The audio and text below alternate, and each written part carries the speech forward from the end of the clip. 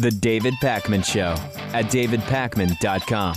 Welcome back to the show. The best way to support strong independent media is to become a member of the David Pakman Show. Go to davidpakman.com/membership. Read about all the member benefits. Read about how you will get the Producer Lewis produced bonus show in both audio and video. The show doesn't have to end when the show ends. There's a whole other show going on, Lewis. Well, it doesn't ever end if you just put it on repeat. Also a good point. I would still rather people subscribe than just repeat the same show. Agreed. So one day, science tells us 1 glass of red wine a day is good for your health. The next day, it seems like maybe it's not. Wine research has been pretty popular, but so is coffee research now. And there's a new study which actually says, according to the New England Journal of Medicine and also the National Cancer Institute, that there's some evidence that coffee might increase the risk of certain diseases, but at the same time, there's been even more evidence that coffee may actually protect against certain diseases as well. The results are pretty mixed. And data was analyzed. This was the first such study that was this broad involving coffee. 400,000 Americans from ages 50 to 71 participated in an NIH AARP diet and health study. And they found that coffee drinkers had a modestly lower risk of death than the non-drinkers during the period of the study. Now, I don't drink coffee, do you? Once in a while. Oh, is that right? Yep. And what it turns out is that during the 13 years of the study, those who drank coffee were about 10 or 15% less likely to die for any reason during that period. Now, the thing is, this really only applies to people that drink a very small amount of coffee. When people are drinking more than a cup a day, it turns out that the relationship actually becomes inverse, where it's actually no longer good to drink coffee. So this doesn't really prove that coffee makes people live longer at all. In fact, it's almost impossible for a study like this to show a cause and effect relationship. And also, if it does turn out coffee is good for you, there would be absolutely no scientific idea as to why right now. It's definitely not the caffeine, because the same thing was experienced with people drinking decaf as drinking caffeinated coffee.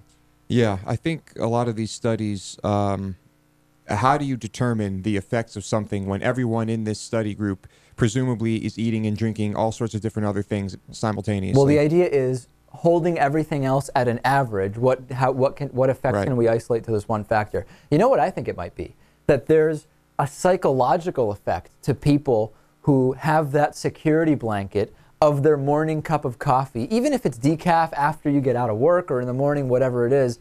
That, as far as this study is concerned, might be just as much of a factor as to why those people are living longer. They have a routine that makes them feel better more generally, and for some people it's that cup of coffee, and that's what we're isolating here. What do you think, Natan? Can you hear me? Yeah, we can.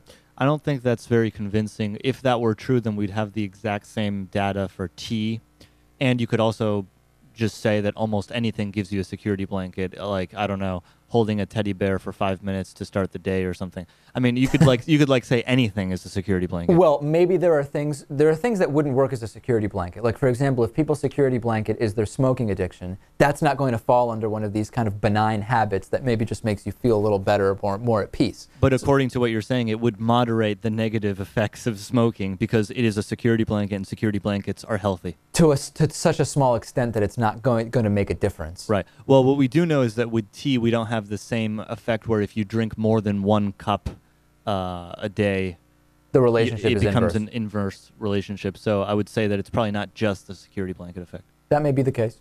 Yeah, I don't know if I buy the security blanket thing. There have been other studies that hint at the possible health benefits of coffee.